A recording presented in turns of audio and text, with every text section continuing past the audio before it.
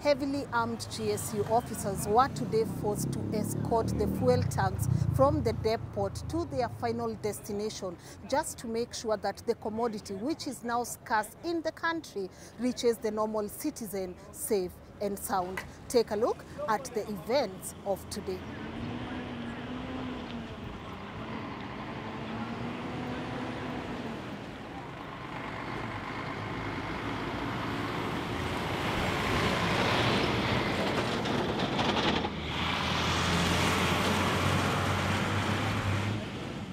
No fuels in our petrol stations.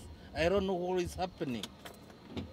There's a big difference, actually, between now and the time they talked of 16%.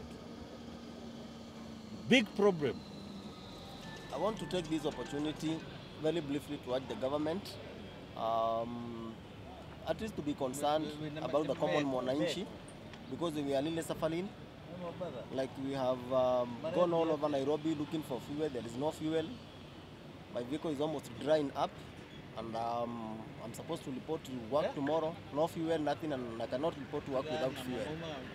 So kindly, government, do something about it. We are very much affected by the 16% interest.